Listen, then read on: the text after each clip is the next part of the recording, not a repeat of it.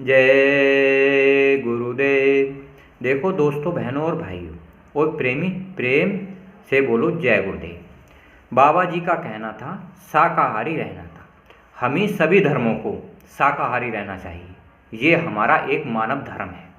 मैं आप सबसे प्रार्थना करता हूँ, जहाँ तक मेरी ये वीडियो बोल रही हैं, आप खुद तो शाकाहारी रहिए और दूसरों को भी शाकाहारी कहिए कि शाकाहारी रहिए। मैं आपको बताता हूँ शाकाहार में क्या फ़र्क है और मांसाहार में क्या फ़र्क है। शाकाहार वो जीवन है जिसमें आत्मा और परमात्मा दोनों सहयोग करते हैं। मांसाहार वो जीवन है जिसमें वो भगवान खुदा अपने दर्शन नहीं देता। अगर आपको विश्वास नहीं, परम संत बाबा जय गुरुदेव की किताब और इतिहास उठा के देख लीजिए। बाबा जी ने कहा था, वो परमात्मा, वो कुल मालिक आपको जब ही दर्शन देगा जब शाकाहारी रहेंगे, सदाचारी रहेंगे। तो आपको मांसाहार क्यों नहीं करना चाहिए? उस भगवान ने 4 सृष्टि बनाई है। एक अंडज होते हैं जो अंडे से जन्म लेते हैं। एक पिंड से जन्म लेते हैं, जैसे इंसान है, शेर है, गाय है, भैंस है। अंडज पिंडज। एक होते हैं ऊष्मज जो होते हैं धरती से निकलते हैं, ऊष्मा से, गर्मी से। एक है स्थावर कान होते हैं पेड़ पौधे जो होते हैं उन्हें मनुष्य धारण करता है, खाता है, पीता है, जिससे उसके शरीर स्वस्थ रहता है। अगर हम अंडज, पिंडज और ऊष्मर 3 चीज़ों का इस्तेमाल करते हैं तो उनके किए हुए कर्म, जैसे एक भगवान ने एक मुर्गे को, एक बकरे को 2 साल का या 4 साल का जीवन दिया। जो मुर्गा 2 साल में जीता वो आपने 1 साल में काट के खा लिया। जो उसे बीमारी लगेंगी, जो उसे यातनाएं दी जाएंगी, वो आपने उसके कर्म अपने ऊपर ले लिए। आपको भयानक बीमारियों का सामना करना पड़ेगा। किसी बकरे को 4 साल का जीवन मिला और 4 साल के जीवन में आप 2 साल में मार दिया, तो आपको जो बकरा बीमारी भोगता, तो दुख भोगता, ये भोग योनि है। भोग योनि भगवान ने, जब कोई इंसान उस भगवान का, परमात्मा का कहना नहीं मानता, वो उसका सुमरन भजन ध्यान सेवा नहीं करता, तो ये 84 लाख योनियों में जीवन दिया जाता है और वो भोग योनि है, उसे दुख दिए जाते हैं। आपने उसके दुखों को अपने शरीर के अंदर प्रवेश कर लिया, उससे आपको कष्ट होगा, अपार अशांति आ जाएगी, आपका मन विचलित रहेगा और आपको शारीरिक और मानसिक और आत्मिक लाभ हानि होने लग जाएगी। आपको आत्मिक शांति नहीं मिलेगी। इसलिए बाबा जी ने कहा था, बच्चों शाकाहारी हो जाओ। शाकाहारी हो जाओगे, बीमारी से भी बच जाओगे और आत्म कल्याण भी हो जाएगा। देखो, शाकाहारी में भी 2 भोजन होते हैं। जैसे एक सेब का फल है, डॉक्टर हकीम वैद्य से सबसे पूछिए, सेब सबके लिए लाभदायक है। वैद्य हकीम डॉक्टर से पूछिए, धतूरा सबके लिए हानिकारक है, पर धतूरा दवाई के काम आता है। ये प्रकृति हमारे अंदर अच्छे और बुरे काम दोनों करती है।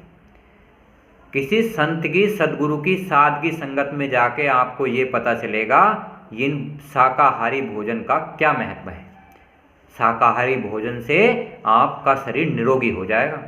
पर बिगर सादगी संगत करे, बिगर गुरु और सदगुरु की संगत करे, आपको पता नहीं चलेगा कि किस चीज़ में कितने कितने गुण हैं। अगर आप गुरु की संगत में पहुंच गए तो आपको भगवान के दर्शन, सदगुरु की संगत में पहुंच गए तो भगवान के दर्शन, अगर सादगी संगत में पहुंच गए तो आपको दोनों के सहयोग से आत्म कल्याण होने का मार्ग मिल जाएगा।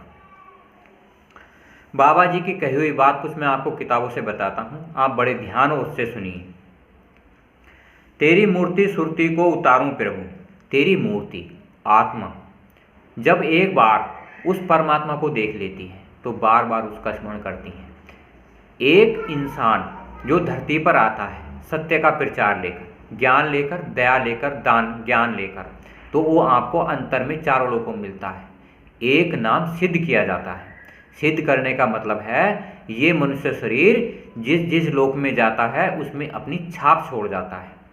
जैसे आप कहीं भी जाओगे तो वहाँ आपका सारा हाल चाल आपको मालूम होगा। इसी प्रकार से जो संत महापुरुष होते हैं वो 4 लोकों में घूमते हुए जाते हैं और घूमते हुए आते हैं, तो वहाँ अपनी छाप छोड़ के जाते हैं।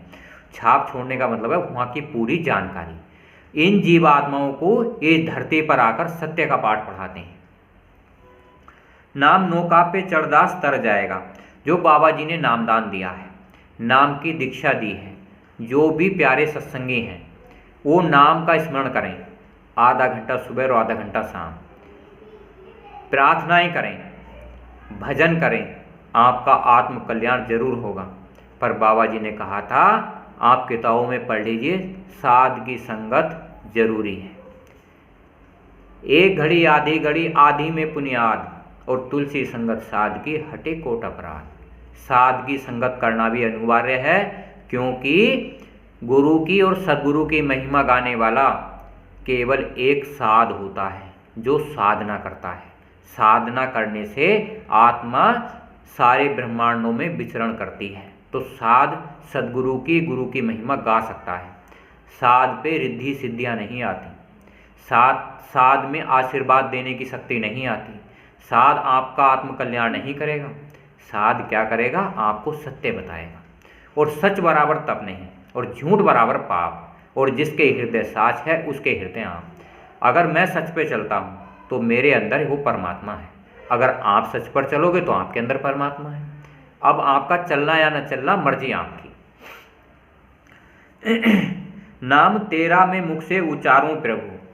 जब आत्मा भगवान को जान जाती है, परमात्मा को जान जाती है, और मन भगवान को देख लेता है, तो फिर आत्मा कहती है, नाम तेरा मैं मुख से उच्चारूं प्रभु, मैं तेरा नाम बार बार उच्चारण करूं, 1 घंटा सुबह 1 घंटा शाम साधना करूं।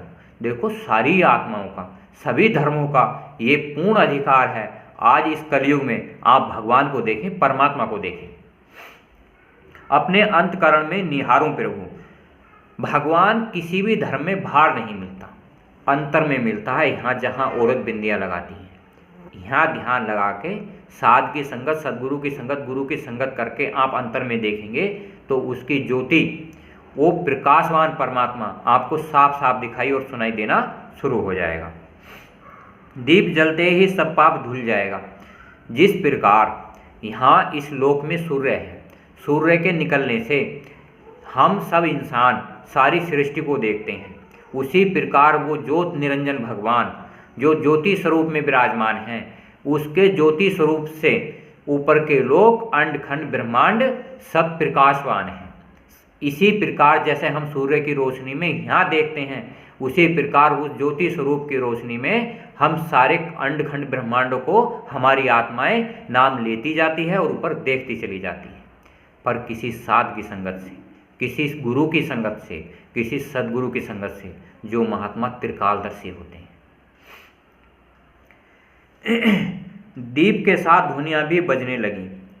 दीप, अंदर में जो दीप जलता है, जो निरंजन भगवान की ज्योति है, उसे देखने पर वो धुनियाँ भी बजती हैं। आपने देखा नहीं, आप मंदिरों में जाते हो तो घंटा बजाया जाता है, वो भगवान की आवाज़ है। शंख बजाया जाता है, वो उसकी भगवान की आवाज़ है। उसी आवाज़ को पकड़कर आत्मा उन लोकों में चढ़ती है। स्वर्ग बैकुंठ की रील चलने लगी। इसी प्रकार जब हम साधना करते हैं तो हमें स्वर्ग के दर्शन होते हैं, देवी देवताओं के दर्शन होते हैं, और जो हमारे घर परिवार के सदस्य गुजर जाते हैं, उनकी मृत्यु हो जाती है, तो उनसे भी हम बात कर सकते हैं। पर वो देखी हुई चीज़ घर परिवार के किसी सदस्य से नहीं बताई जाती। बाबा जी ने कहा था, भोजन, भजन और नारी तीनों पर्दे के अधिकारी। देव भी ऐसे साधु का गुण गाएगा। जो धरती पर इंसान सत्य बताने आता है, देवी देवता भी मनुष्य शरीर धारण करने के लिए तरसते हैं।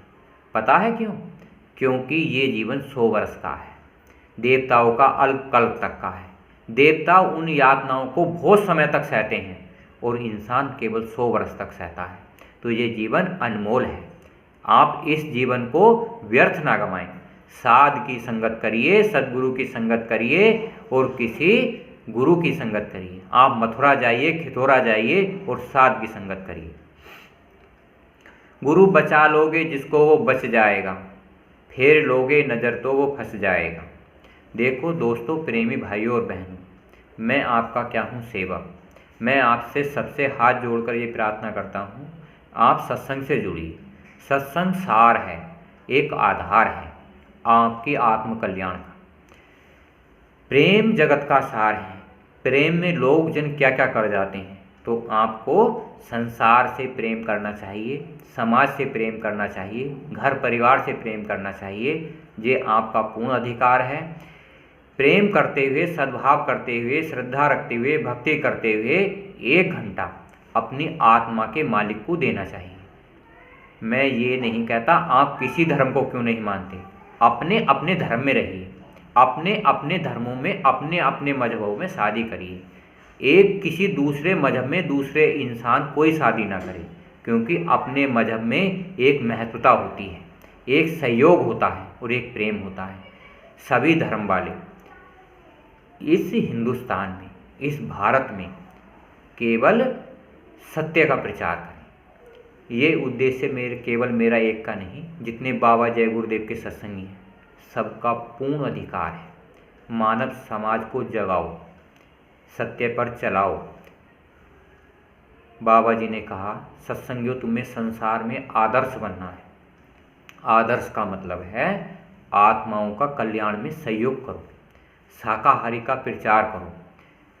सतयुग आएगा, कलयुग जाएगा, बहुत मानवों की हानि होगी, जीव जंतुओं की हानि होगी।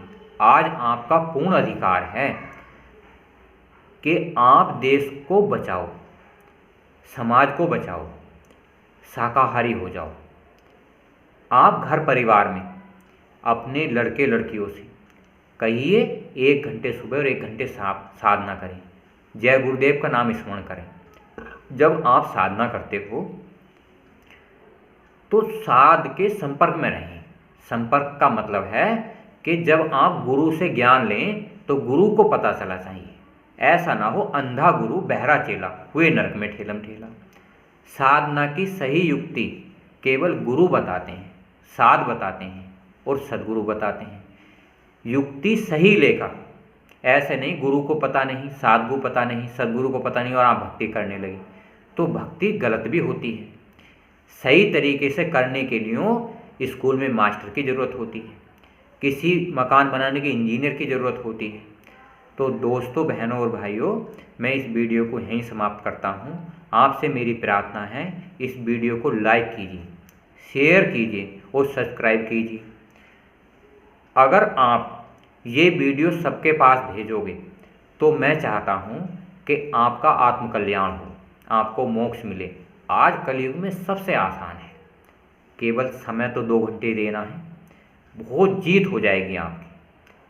कोशिश करने वालों की कभी हार नहीं होती, जो डर जाते हैं नैया पार नहीं होती। अरे हमें चलना तो सत्य पर ही है, सत्य तो आपका अधिकार है, सभी धर्मों का अधिकार है। आप चाहते हो कि मेरी बात ना मानो, तो मैं आपसे कोई जोर ज़बरदस्ती नहीं करता, मैं तो केवल सत्य बताने आया हूँ। मानना या ना मानना आपकी मर्जी है। भगवान अपना काम करेगा, प्रकृति अपना काम करेगी और इंसान अपना काम करेंगे, परमात्मा अपना काम करेगा। जो भजन करेगा परमात्मा उसे बचाएगा, जो भगवान का भजन करेंगे उसे भगवान बचाएगा। पर आप उसे पहले जीते जी देख लो कि वो आपको बचाएगा भी या नहीं। ऐसा ना हो कि आप विश्वास करते हो, विश्वास अलग चीज़ है, देखना अलग चीज़ है। जय गुरुदेव।